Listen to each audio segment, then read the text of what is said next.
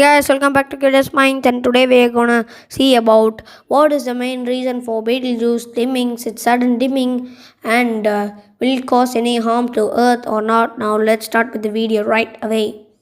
Now, the Hubble telescope found out that the Betelgeuse mysterious dimming is due to a traumatic outbursts. Now, the observations by the NASA Hubble telescope are showing that the unexpected dimming of the red supergiant star Betelgeuse was most likely caused by an immense amount of hot material ejected into space, forming a dust cloud that blocked the starlight coming from Betelgeuse's surface. This dust cloud blocked the light coming from Betelgeuse's surface, and furthermore, Hubble's researchers suggested that the dust cloud formed when the superhot plasma unleashed from an upwelling of a large convection cell on the star's surface passed through the hot atmosphere to the colder outer layers, where it cooled and formed the dust grains. The resulting dust cloud blocked the light from about a quarter of the star's surface beginning in late 2019. By April 2020, the star returned to its normal brightness. Yes, so a large traumatic outburst is what caused this star's sudden dimming. Yeah. And Betelgeuse is too aging. It's a red supergiant that has swelled in size due to complex evolving changes in its nuclear fission furnace at the core. The star is so huge now, if it is replaced by the Sun at the center of the solar system, its outer surface would extend past of the orbit of Jupiter. Yes, once it was from a normal star, it was about its size was hot until the orbit of Jupiter. Wow! But now it's extending past Jupiter.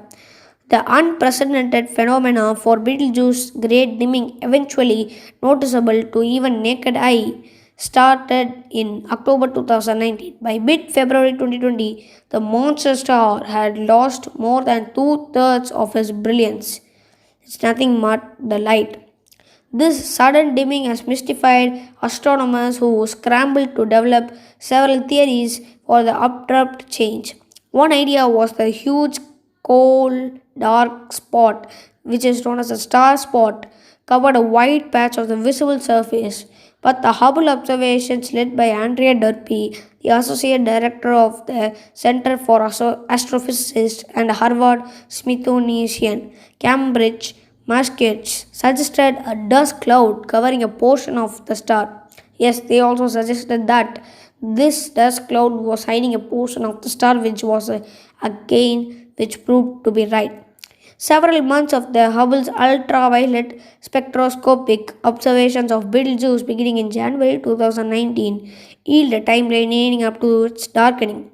The observations provide important new clues to the mechanism behind the dimming. Hubble captured the signs of dense heated material moving through the star's atmosphere in September, October, and November 2019. Then, in December, several ground based telescopes observed the stars decreasing in brightness in its southern hemisphere. With Hubble, we are, we are seeing the material as it left the star's visible surface and moved out through the atmosphere before the dust formed that caused the star to appear to dim, Derpy said.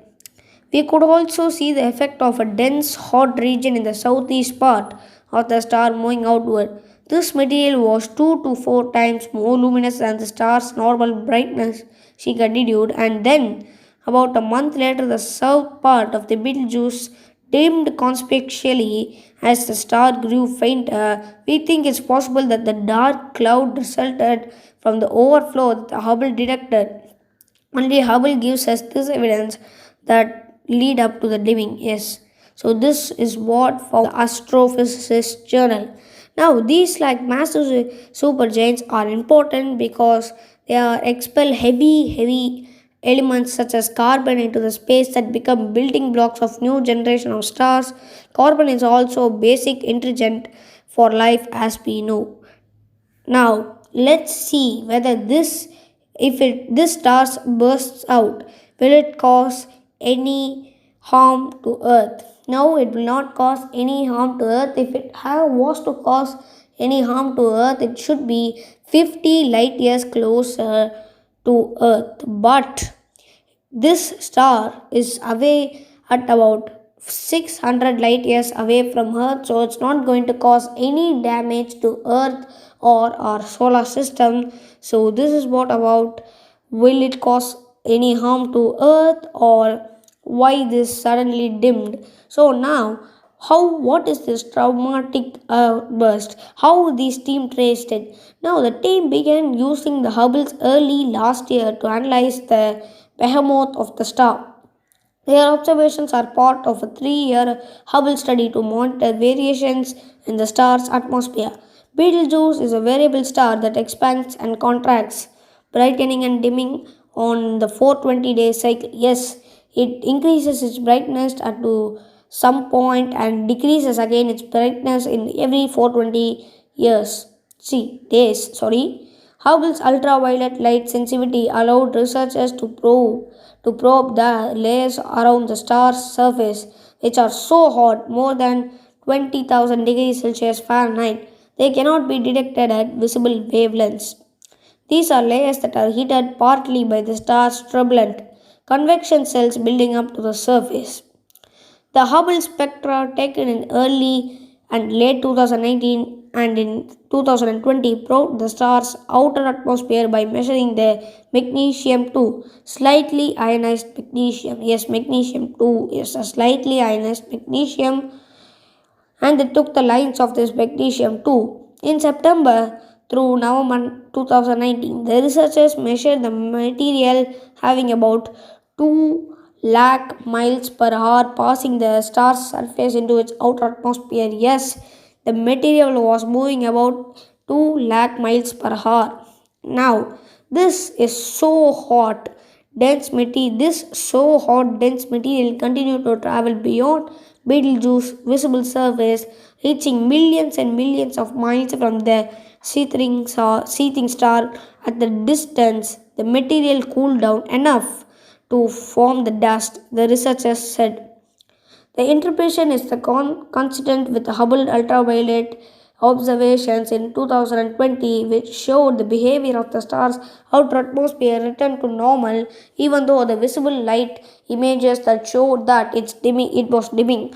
Although Drippy even does not know the outburst's cause, she thinks it was aided by the star's pulsation cycle, which continued normally throughout the event, as recorded by the visible light observations.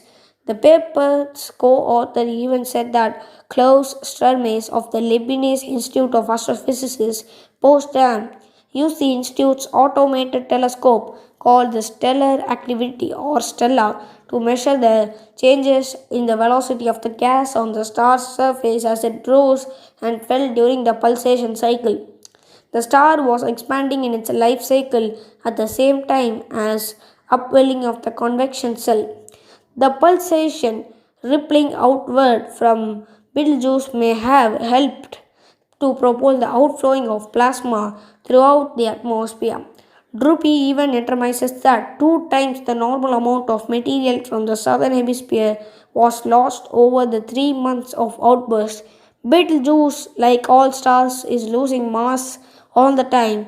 In this case, at the rate of 30 million times higher than the sun. Yes, it loses at about 30 million times higher than our sun, which loses its mass. Now, Betelgeuse is so close to Earth and so large that the Hubble has been able to resolve the star's surfaces, making it only such star, except from our sun, where the surface detail can be seen clearly. Hubble images taken by Drupi in 1995 first revealed a molten surface containing massive convection cells that shrink and swell, which cause them to darken and brighten.